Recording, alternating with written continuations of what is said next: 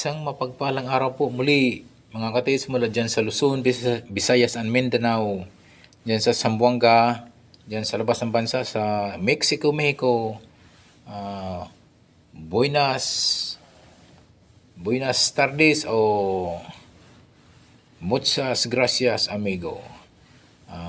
Bago po ako magdikod, mayroon po kasi tayo pinadala po ng isang katiis po natin para idikod yung kanyang treasure marker na nakita po sa kanilang lugar. At ito po yung ating patulong-tulungan i-analisa kung saan posibleng located yung item nito mga katiits. So, napagandang marker ito mga katiits kasi nga isang big boulder marker to mga katiits. Ang pinadala po ng ating katiits mula dyan sa Bukidnon po, Malay-Balay, Bukidnon ay napakagandang lugar dyan. Malapit po yan sa Davao, sa kay Duterte, Mayor o President Duterte, former President ng Pilipinas mga katiits. So ito po, ako po ay nagpapasalamat muna sa mga aking taga-subaybay, mga aking subscriber, aking mga followers na walang sawang nanonood po ng aking video. Ako po ay talagang taos pusong pasalamat sa inyo na patuloy kayo nagtangkilik sa aking YouTube channel. Kumbaga ito'y maliit pa lamang. Rinawa ay ating lumaki na itong sa inyong tulong mga katiits.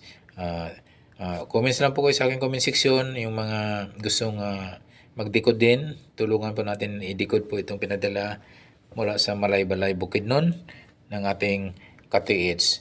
Ito po ay isang big boulder stone marker.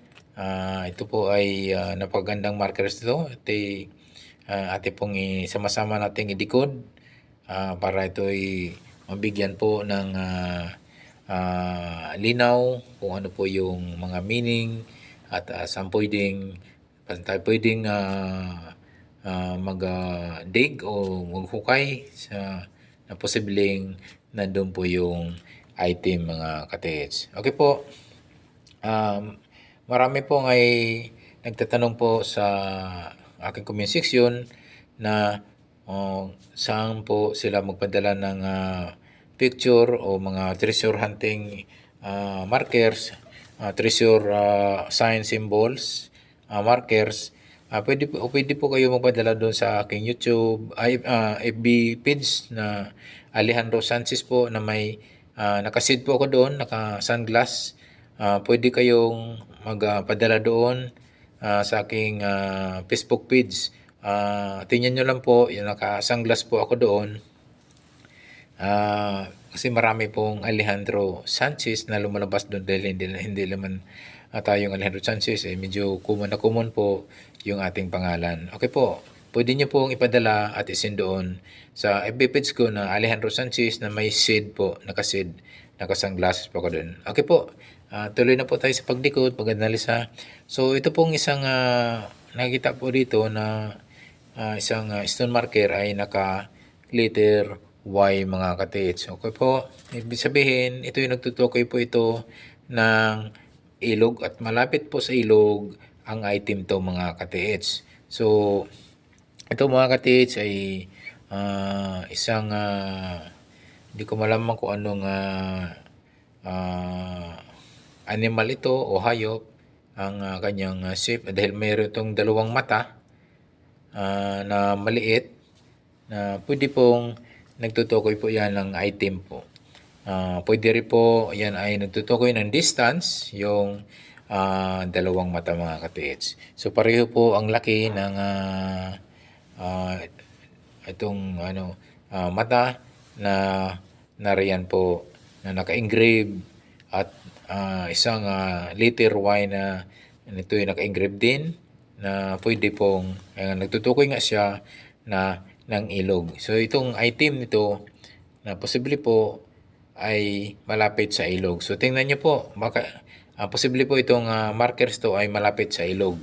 Kasi nga, meron siyang sign na letter Y na ilog po ang meaning po mga ka-TH. So ito po, ito po, mayroon pa akong nasili po dito. At pwede niyo pong sukatin po yung layo po ng dalawang mata. Halimbawa kung mga ilang ilang meters, o halimbawa mga 3 to 5 hanggang 6 meter, pwede nyo pong i-apply po dyan distansya mula dyan sa marker mismo, dyan sa bato, sa apat na sulok nito, sa east, west, north, and south mga ka-TH. So, tingnan nyo po yung mga distansya na po. Pwede nyo pong i-detect po ng metal detector or scanner locator mga ka-TH. Huwag niyong kalimutan mga ka-TH yung pag-detect mismo ng itong bato. Yung mismong boulder nito mga TH. Dahil nga, pwedeng rock enclose ang item nito. Pwedeng nasa loob po ng item. Pwede yung i-detect yan gamit ang metal detector or gold locator mga ka-TH. Ito nga po ay napakagandang marker. Isang medyo malapad na markers mga ka-TH. So, sa tingin ko ito mga ka-TH, pwede nyo pong pukpukin po ng bato, ng maso, o may dala kayong maso or martilyo, yung mismong kabuuan po ito ng stone marker nito. Kasi nga alam nyo po, kapag solid po ang tunog, ibig sabihin natural stone po ito. Halimbawa, pag haguka o ampaw, at ibang tunog po yan, posibleng rock enclosed o pwedeng may item po ang loob nitong batong ito na marker mga ka-TH. So ito nga mga ka-TH, yung dalawang mata, ito po, pwede nyo pong sukatin yan. Pwede nyo pong i-convert as distance mga ka-TH dyan sa marker stone nito mga ka-TH. So, ayan po mga ka-TH ay isang maliit lang na butas ito. So talagang pwedeng distance talaga yung mga ka-TH yung kanyang dalawang mata. Kung itong dalawang butas naman yan mga ka-TH, kung medyo malalim yan, at sukatin nyo po, baka yung lalim niya na pwedeng 2 meters, 3 meters, i-convert nyo rin yan ng distance yan mula dyan sa pinaka markers din ito mga ka-TH. So, tingnan nyo na yung apat na sulok, east, west, north, and south, at i-apply nyo po yung distansya po na aking nabanggit mga ka-TH. Sabi nga, pwede nyo sukatin yung lalim ng uka na bilog o parang mata. Baka nga ay medyo malalim yan, pwedeng maging 4 inches yan, pwedeng 3 inches yan, para magamit po natin ng distansya po mga ka-TH. Okay po mga ka-TH, talaga namang mayroon pa akong napapansin po dito. Mayroon pang magkatabi na triangulation na bilog mga ka-TH. Ito pong tatlo na napansin ko na bilog. Ito'y triangulation mga ka-TH. So, maganda pong pangitain po ito. So, naka-triangle po ito siya. At ito'y pointing. Kung i-triangle mo siya, ay pointing sa pagitan po ng north and east mga ka-TH. So, i-try nyo po yung area na ito may tatlong naka-triangle po na butas po na hindi ganong kalaliman. So, talagang mababaw lang siya. So, ito yung naka-form siya. Ang shape niya ay triangle. Pwede pong ito yung nakatutok kasi yung triangle niya, yung pinaka-arrowhead niya, yung pinakadulo ay nagpalagitnaan po ng north and east mga ka-TH. So, pwede nyo po yung i-check po ang area na yan.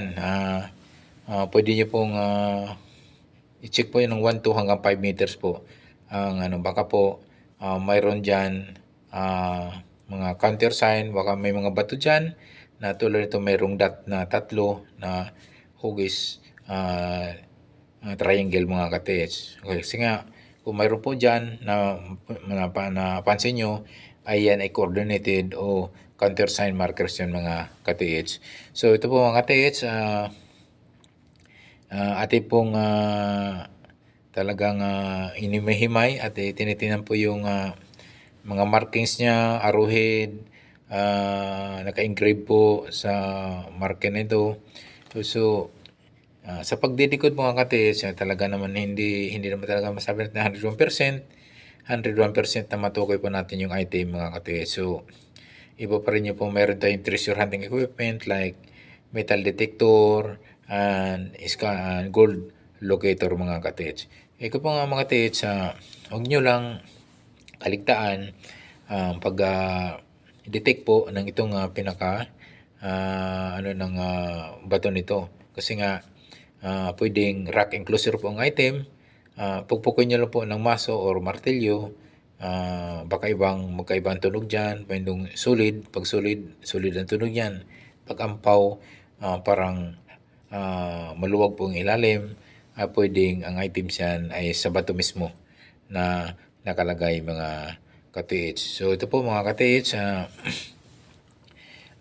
yung mga kaibigan po natin, mga treasure, ka-TH po natin na pwedeng tulong din sa pagdikod. Pwede kayong mag-comment section po. Pwede kayong mag-comments po upang malagdagan po yung ating pag-analyze po dito po sa pinadala pong stone marker po na dyan galing Balay-Balay, Bukid ng mga ka-TH, somewhere in Davao area mga ka-TH, sa Mindanao.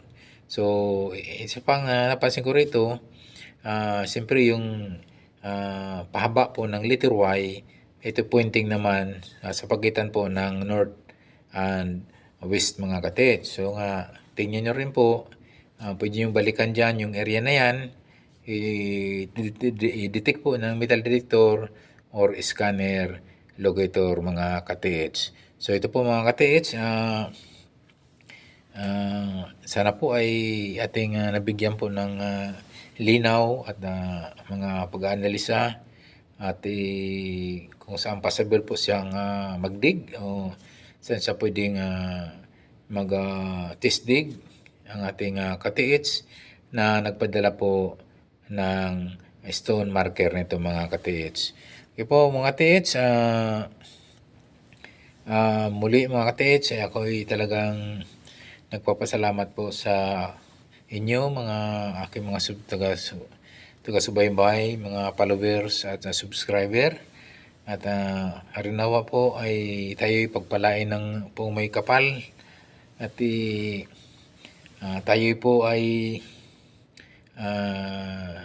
kanyang biyayaan na po ng Masita Treasure. Ito po mga TH, ako'y nagpaalala muli na yung apat na sulok nito, yung markers nito, east, west, and north, and south, i-detect nyo po yan ng metal detector or gold locator mga ka-TH. Okay po mga ka-TH, yung mga bago pa lang sa aking YouTube channel, don't forget to subscribe. And also don't forget to hit the notification bell button para updated po kayo sa aking mga video pang ipapalabas mga ka-TH. Okay po mga ka-TH, maraming salamat po sa patuloy pong pagtangkilik po ng aking YouTube channel mga ka-TH. Harinawa mga ka-TH ay tayo'y pagpalain ng poong may kapal sa ating pagtitreasure. Okay, mga ka-TH, hanggang dito na lamang. Thank you so much for watching. God bless us always.